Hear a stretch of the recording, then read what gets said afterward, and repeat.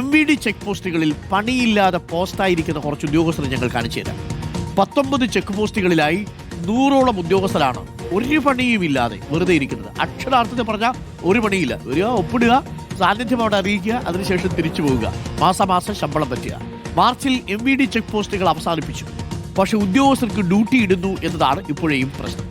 Enforcement വിഭാഗത്തിൽ ഉദ്യോഗസ്ഥർ ഇല്ലാത്തപ്പോഴാണ് ഇത്രയധികം പേർ വെറുതെ ഇരിക്കുന്നത്.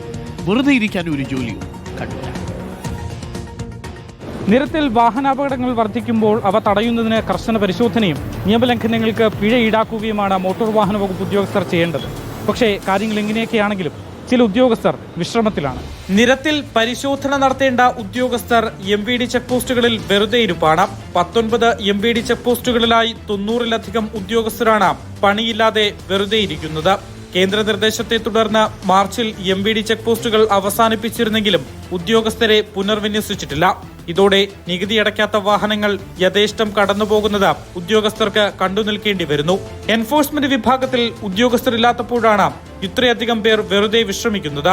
ചരക്കു സേവന വകുപ്പിന്റെ നിരീക്ഷണ ക്യാമറ ദൃശ്യം AI സംവിധാനത്തിലൂടെ പരിശോധിച്ച് നികുതി അടയ്ക്കാത്ത വാഹനങ്ങൾ കണ്ടെത്താനുള്ള MVDയുടെ ശ്രമവും പാളി. തങ്ങളുടെ ഡേറ്റ MVDക്ക് കൈമാറാൻ സമ്മതമല്ലെന്നാണ് GST വകുപ്പ് അറിയിച്ചിരിക്കുന്നത്. എന്തായാലും നികുതി വരുമാന ഇനത്തിൽ സർക്കാരിന് ലഭിക്കേണ്ട കോടികളും ഇതുവഴി പാഴാവുകയാണ്. വാഹനവും ഉദ്യോഗസ്ഥരുമില്ലാതെ എൻഫോഴ്സ്മെന്റ് നടപടികൾ സ്തംഭിക്കുമ്പോഴാണ് ഇത്തരത്തിൽ മോട്ടോർ വാഹന വകുപ്പിന്റെ ചെക്ക് പോസ്റ്റുകളിൽ 90ഓളം ഉദ്യോഗസ്ഥർ വെറുതെ ഇരിക്കുന്നത്. വീഡിയോ ജേർണലിസ്റ്റ് വിജയൻ രാജിനൊപ്പം reporter Ashwin Diego, in reporter, Thiruvananthapuram. എന്താ അല്ലേ, ശമ്പളവും വാങ്ങാം, വെറുതെ ഇരിക്കുകയും ചെയ്യാം അല്ലേ. മനോവിചാരങ്ങൾ കാണാം, മൊബൈൽ ഫോണുകൾ എടുത്ത് ഇങ്ങനെ തോണ്ടിക്കൊണ്ടിരിക്കാം.